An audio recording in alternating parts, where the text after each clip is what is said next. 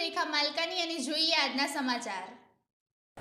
મોડાસા ગોકુલનાથજી મંદિરના પ્રમુખ મનહરભાઈ શેઠને ત્યાં 3/3/2025 પૌત્રીના જન્મને લઈ અનેરો મહોત્સવ।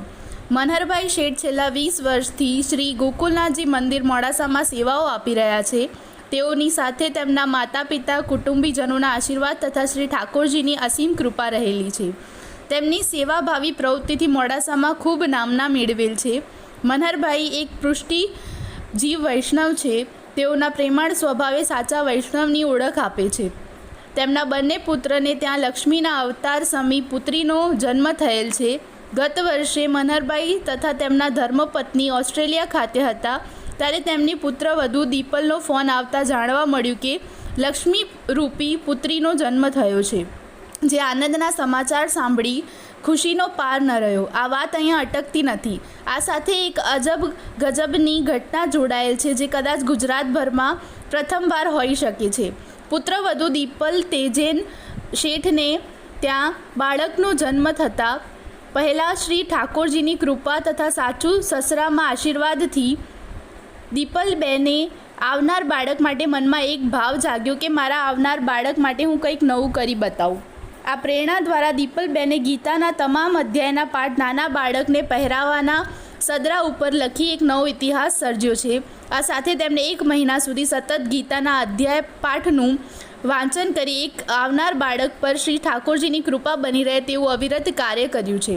આજે દીપલબેન તેજનભાઈ શેઠની પુત્રી અરવિકાના પગલાં દાદા દાદીના ઘરે પડતા મનહરભાઈ શેઠના ઘરે જોરદાર સ્વાગતની તૈયારીઓ કરવામાં આવી। દીકરીને વધાવવા માટે મનહરભાઈના કુટુંબીજનો પણ હોશે હોશે હાજર રહ્યા।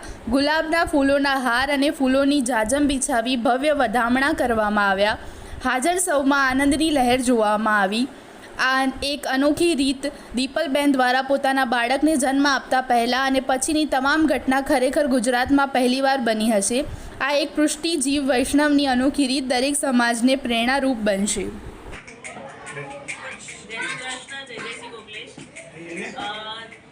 જે સમયે મને ખબર પડી કે હું મા બનવાની છું એ દિવસે ઘરમાં ખુશીનો એક અલગ જ માહોલ ત્યારે સર્જાઈ ગયો હતો।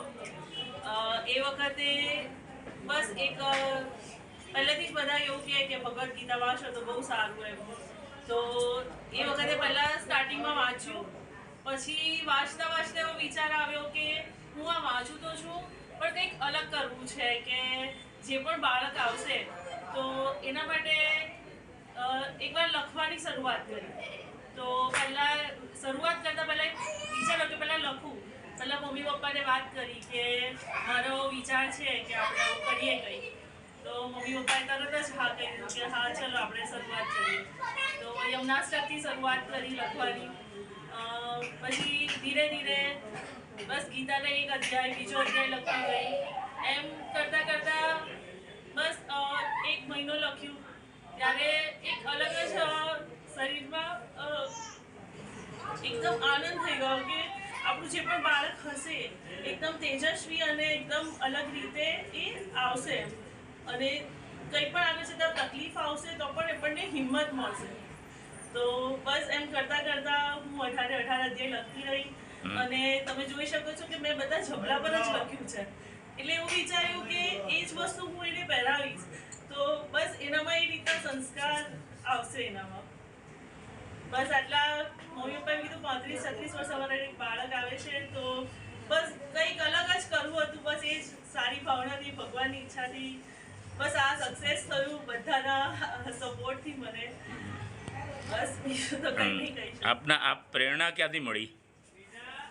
મમ્મી પપ્પા બી ઘરનું મારું ધાર્મિક વાતાવરણ એકદમ અને મમ્મી ઘણી વાર બધા શ્રીનાથજીના પુસ્તકો વાંચતા હોય સાંજ પડે એટલે થયું કે ચલો હું પણ વાંચું અને એમની ને પપ્પાની મંદિરની સેવાઓ આ તેથી પણ મને ઘણું બધું ઇન્સ્પિરેશન મળ્યું એ લોકોથી। અને પપ્પા મોડાસા ગોકુલનાથજી મંદિરમાં પ્રમુખ છે આપણે। સરસ।